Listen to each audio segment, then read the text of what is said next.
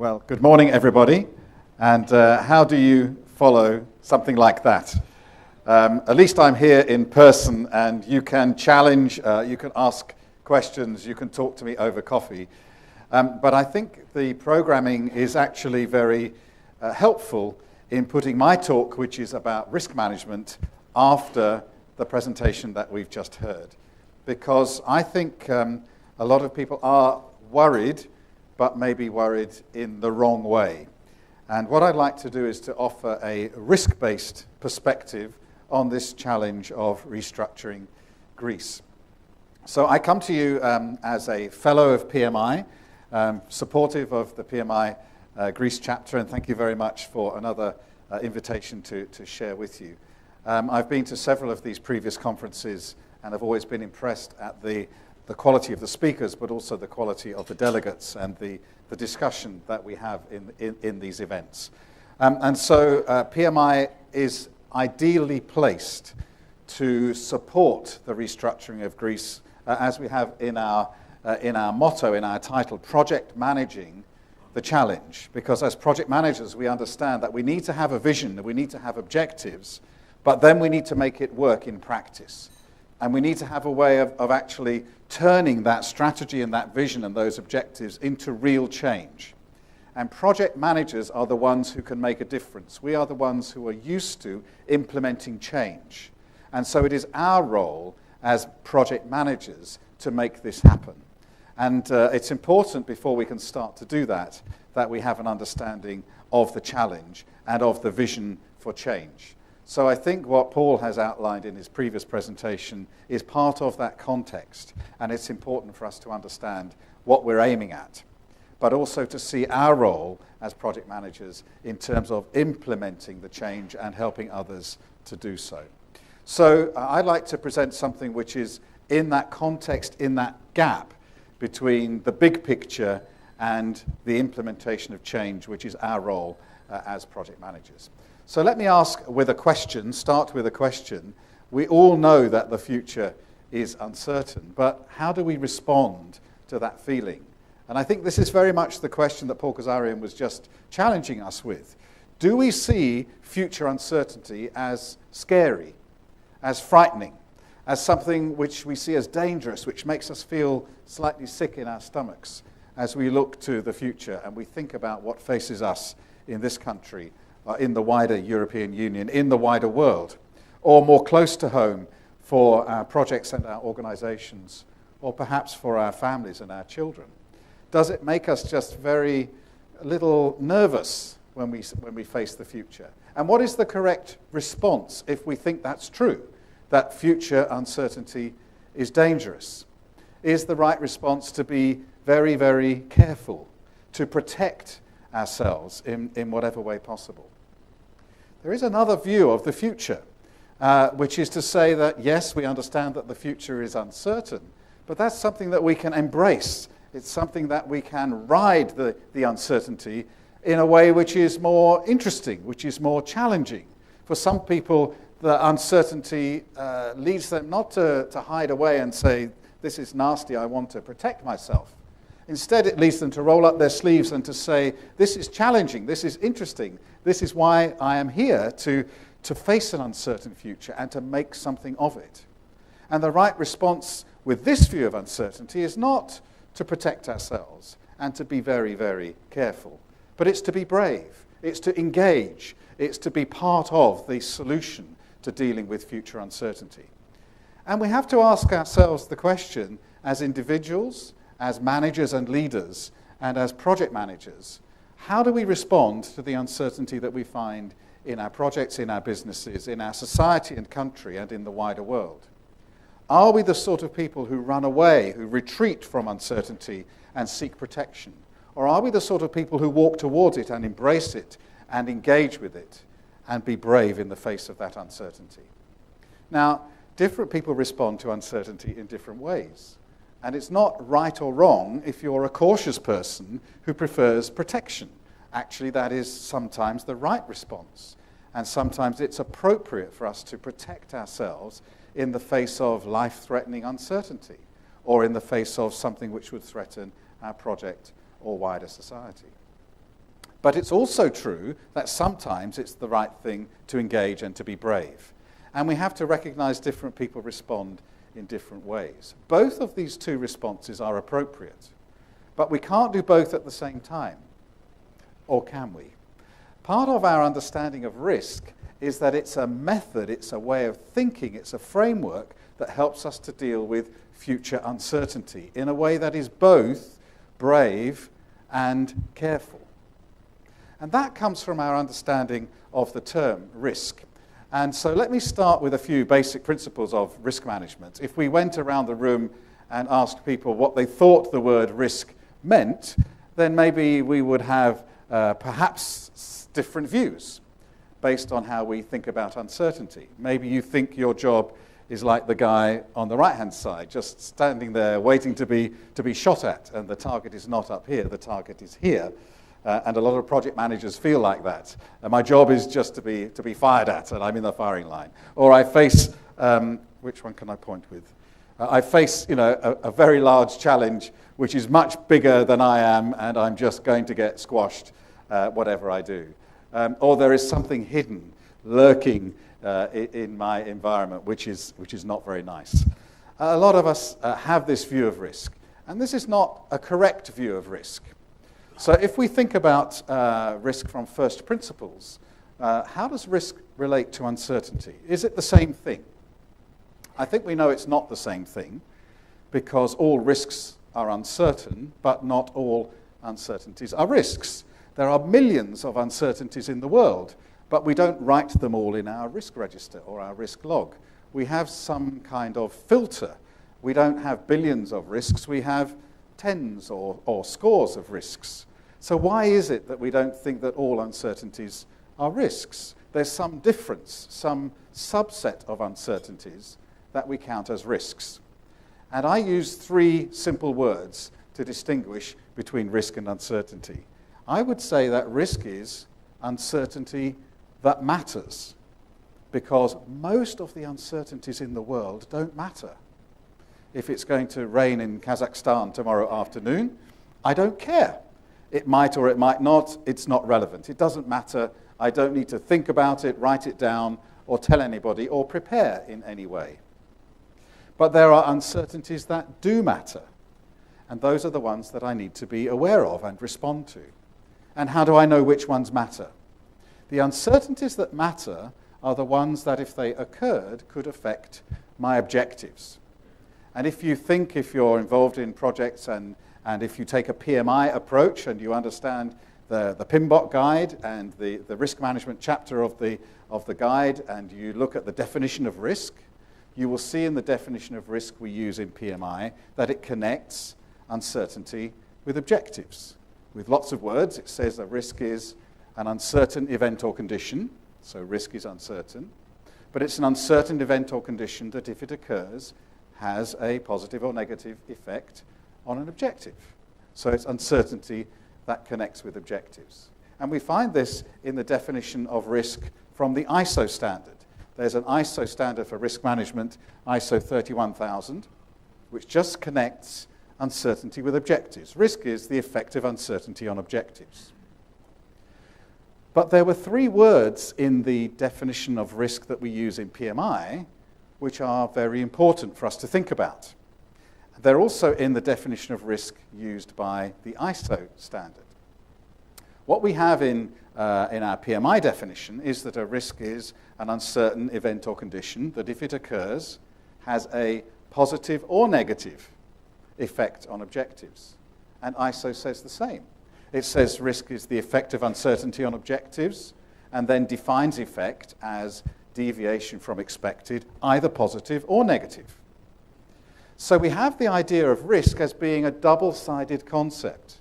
Yes, there are bad risks. There is downside risk. There are dangers. There are threats. And we need to be careful. We need to protect ourselves from those threats. But there are also upside risks. There are positive risks. There are opportunities. And we need to embrace and engage with those risks. So when we think of those two views of uncertainty, do we be brave or do we be careful? The answer is yes. because it depends on what type of uncertainty it is. And this is what Chris was telling us in his first challenge about Greece's debt issue.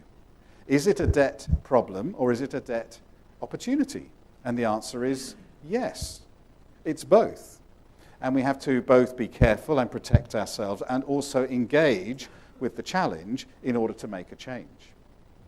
So what I want to remind you in my first point, talking about a risk-based perspective on restructuring Greece, is yes, the future is uncertain, but that's not all bad.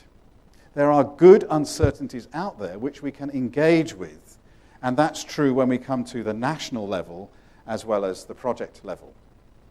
And risk management offers us a way of looking into that uncertain future.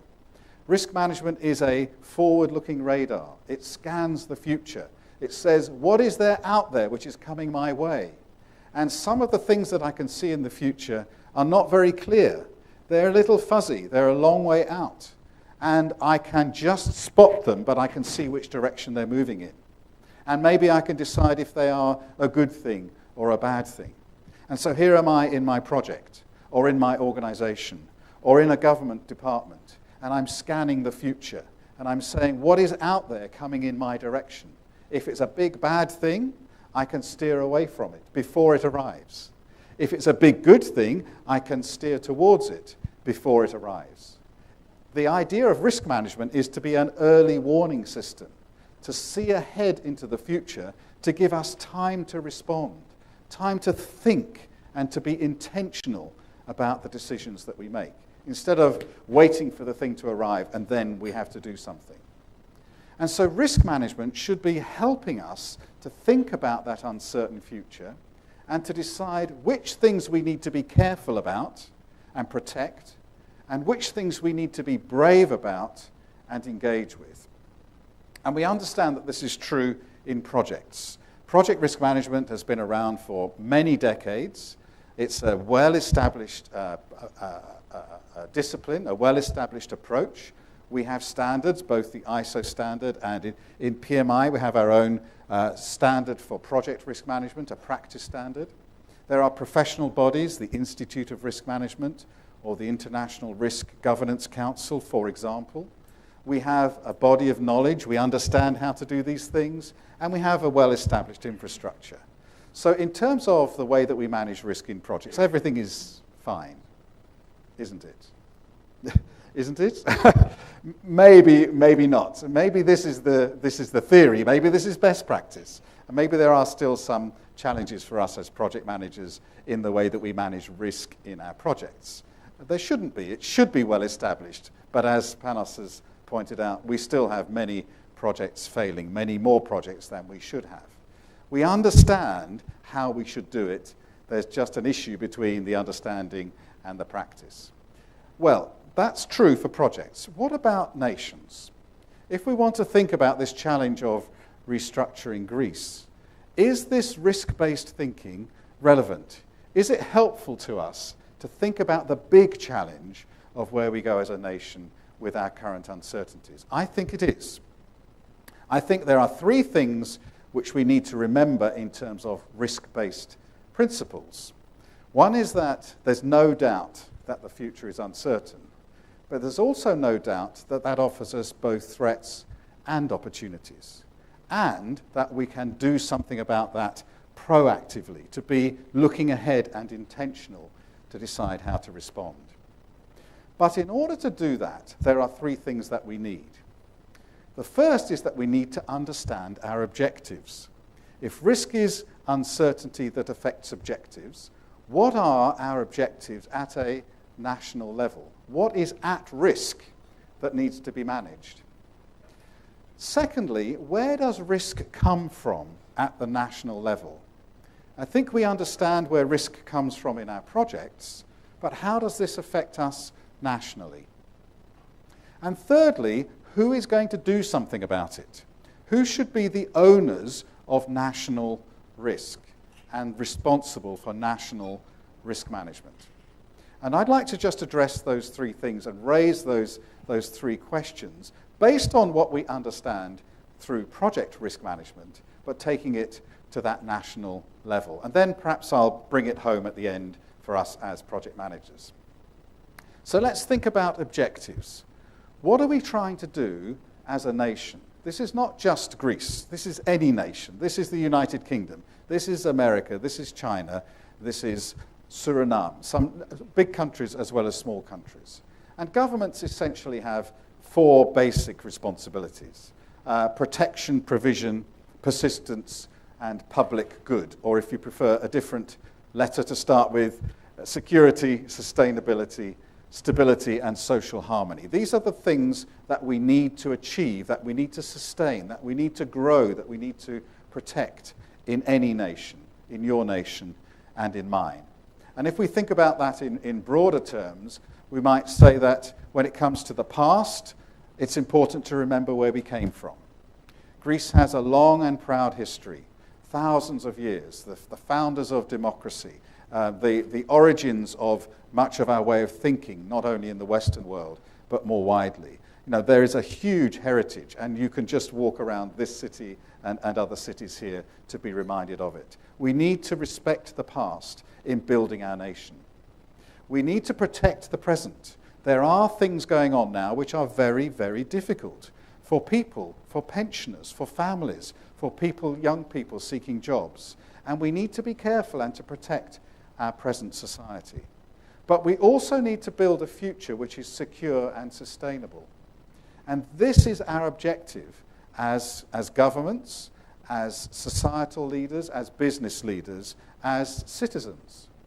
To respect the past, to protect the present, and to secure the future. These are the objectives of building a nation. These are the objectives of restructuring Greece. And these are the objectives that are at risk. These are the objectives which are threatened by future uncertainty, but also where future uncertainty offers us opportunities to do something different, opportunities to create a better future, opportunities to achieve our objectives in a more sustainable way. So we need to focus on these objectives. And part of what we've seen in the earlier presentation, the financial context, is part of that, but not all of it. So if those are the objectives at risk, where is risk coming from? How are we going to be affected by that future uncertainty in terms of the uncertainties that matter to restructuring Greece or to building any nation? I'd like to use this acronym, these letters that make the word danger, as a structure to think about some of the things, some of the challenges that we face, some of the origins of risk for us as we come to restructure Greece as a nation or build any nation.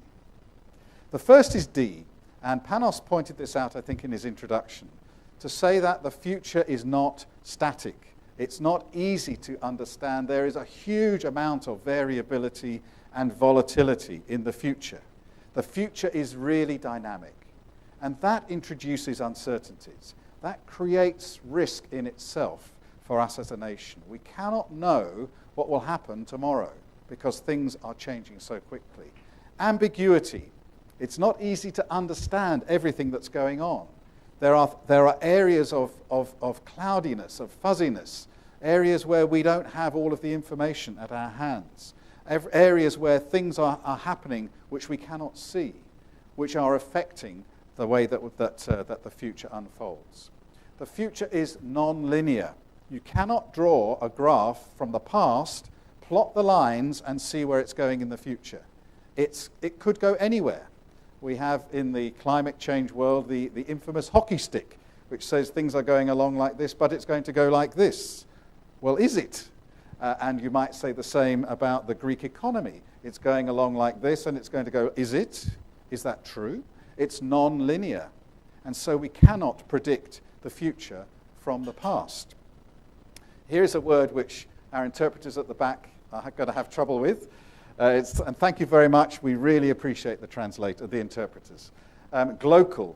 It's a combination of global and local. We're saying that things happen globally that have a local effect, but we can also act locally to make change globally. And so the world is much more connected than it used to be. And that introduces uncertainties that were not there before. One of the big challenges of the future is that it's emergent. So things are arriving from left field, from behind us, from places that we were not thinking, and appear in front of us suddenly. They just emerge without us seeing them coming. And that presents a real challenge. And lastly, the future is relational. We are not on our own. We cannot just operate as a single society, a single nation, a single organization, a single family or individual. We are much more connected than we used to be, and this introduces uncertainties that were not there before. So for each of these 6 areas, there are challenges for us as we seek to restructure this nation or as we seek to build any nation. And because of the challenges of time, I'd only like to focus on one of these things, and that's the question of emergent risk. How do we deal with things that come at us without warning? It's a real challenge. We've done quite a lot of work on this, thinking about this in the risk arena, and we've identified 3 major characteristics of emergent risks. They are unexpected and unpredictable. They just appear. They are big, so they have extreme impacts. Not all bad. Some of them are extremely good, but they appear with a big bang. And then when we look at them, we think we should have seen that coming. And they appear to be obvious when we have hindsight, when we look back. And these things have different names. Some people call them unknowable unknowns. Not just unknown unknowns, but unknowable. You could not have known this. This is something that was outside of your frame of reference. It's unimaginable. So when it arrives, you could not have seen it coming. The risk specialists, and again, I'm sorry to our interpreters, we'll call them ontological uncertainties. It's a Greek word, of course, so maybe it's easy to translate. Or we might call them black swans, the black swan events, which comes from the idea that 200 years ago we knew for certainty that all swans were white until we discovered Australia and New Zealand. And then we find big birds that are black, that cannot be swans because they're not white. The idea of a black swan is inconceivable until you see one. And that's why this picture is used of these emergent risks. So if emergent risks are unpredictable and unexpected, you cannot see them coming. When they arrive, they're very big, and then we think we should have seen them coming. What can we do about it? And let me just give you some recent examples. I can't give you future examples because we can't see them coming, of course.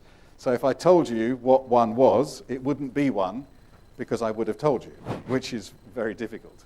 But we see these things. Of course, the financial crisis. Who saw that coming in the way that it actually unfolded? Maybe 1 or 2 people with good foresight. But most of us were blindsided. We didn't see it coming.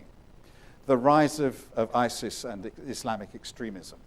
It could perhaps have been predicted, but it wasn't in the way that it's actually emerged in terms of their territorial ambitions and the way that they're actually operating. And then the migrant crisis, and that's obviously right here on our doorsteps. And the way that that has unfolded with such speed and with such numbers and created such chaos in the nations that are affected. And then this last picture on the bottom left is from the World Economic Forum. It's the connected global risks, just bringing the picture, reminding us that things are much more connected than they used to be. And we have to respond to all of those things and more. How can we respond? What can we do to tackle emergent risks? We need to be proactive. We need to do something in advance, but we can't see them coming. We want to be preventative and protective, but we can't see where they're going to hit us. So what can we do? Normally in risk management, we identify and characterize the risk in advance and then respond to what we see, to what we understand. But emergent risks we cannot see. And so much of what we face here in Greece, in our challenge of restructuring Greece, we cannot see what's coming because the future is dynamic and ambiguous and non-linear and so on. So what can we do? Let me suggest that there are some things we can do. First, we need to be aware of our blind spots, the things that we can't see. We need to know where those areas of vulnerability are. Where would we be hurt most if something showed up unexpectedly? Where would we miss the most opportunity if something emerged into that space that we weren't expecting? Let's identify those blind spots first, and then let's improve our early warning indicators in those areas. Let's build in surveillance capacity. Let's make sure that forward-looking radar is operative and focused into those blind spots and areas of particular vulnerability. Then let's make sure that we use a risk-based decision-making process. Every key decision needs to think about the potential effects of uncertainty and not to assume that we know everything because we don't. And finally, we need to build in resilience at all levels so that if and when something unexpected does happen, we have at least the ability, the contingency, the flexibility to respond to it. We don't know what's going to happen. We know something is going to happen. We need to be ready for something, whatever that something is. And this all comes from having a risk-aware culture, understanding that risk is normal, risk is natural, risk is everywhere, but risk matters, and that risk can be managed. So I think in terms of thinking of those origins of risk and focusing particularly on emergent risk, it's not doom and gloom. It's not a negative story because there are still things that we can do. Well, who are we? Who is going to do this? When we come to this idea of the big national picture, who is going to take responsibility for managing emergent risk? Who is thinking about these things? Who takes the responsibility and the accountability for dealing with it? The answer is not as simple as you might think, because responsibility relates to the scope of our authority. Where do I have the accountability to do something? And the answer is very broad. At national level, it's not just government. It's all levels of society. It includes societal leaders, religious leaders, community leaders. It includes business leaders and, of course, project leaders. In the Egyptian society, very hierarchical, very clear, the pharaoh at the top, and then he had his high priests. Maybe the government would relate to that position of being high priests and nobles. Then there were the scribes and the minor priests, and perhaps some of our society leaders might fit into that context. Business leaders, maybe the craftsmen, and then the peasants at the bottom, which is where we fit in as project managers, the ones who do the work, right, and get whipped all the time when we're told for doing it wrong. Maybe. The answer is everybody is responsible. Why? Because everybody has objectives. And all of those objectives relate together. And for each of our objectives, there are bad things and good things that we should identify and manage. But we need to do it in society and in a coherent and aligned way. So as project managers, we need to understand how do our projects fit into our organizational objectives. As business leaders, we need to understand how do our business goals meet the needs of society and the nation. As government leaders, we need to think about how do the way that we manage and structure our government-based decisions, our strategies and policies, influence our position in the world and meet our responsibilities. These things need to be connected. But the good news is that it's the same approach, it's the same thinking that applies at all levels, which means that we can help. As project managers, we know how to manage risk. It's one of our key areas, one of our core competencies. We can help those at the next level up and maybe at 2 levels up to understand and manage risks in their area of responsibility. So let me wrap up with a few final thoughts, and maybe there might be an opportunity for questions later on. So the key messages here is that the future is uncertain, but that's not just a bad thing. That it is uncertain and dangerous in some areas, and for those dangerous areas we need to identify them and be careful. But some of the future uncertainty is not dangerous, it offers us an opportunity. It offers us a challenge. The right response is to be brave and to engage. And it's really important for us to do this. With our challenge of restructuring the Greek economy, restructuring the nation, thinking of our place in Europe and our place in the world, It's important that we get this right, but it's also risky. And risk includes bad things and good things.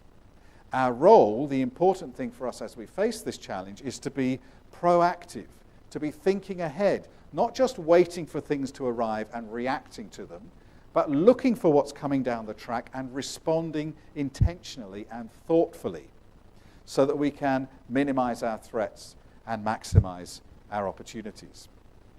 What we need is people who are prepared to make a change. Who can make a change acting within their scope of authority? Who do we know who are experts in change management? Experts in taking a status quo, understanding a vision, and making the change from one to the other. Is it not project managers? Is this not our role in society, our role in business? Are we not perfectly placed to be those agents of change? But we can only do it within our scope of authority.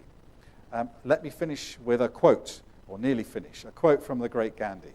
He said, "You must be the change you wish to see in the world." We cannot rely on somebody else to do this. We cannot point the finger at government and say, they must do something, or at the European Union, or at our lenders, or at our society leaders, or at our business leaders, and say, they have to do something. We have to do something within our scope of authority. It's important for us to recognize we have a role here. And so it's not pointing the finger, or it is in recognizing that when you point one finger to someone else, you point three back at yourself. I have to do something here. Tackling the uncertain future is possible, but it requires everyone to be pulling in the right direction. It's our core capability. We understand how to do this, but we do it in the context of a wider picture. Normally, projects, we think of our wider picture as being programs or portfolios or business strategy. Actually, our projects are being conducted in the context of a national effort, or they should be. And what we need to do is to pull together in the same direction to make it happen.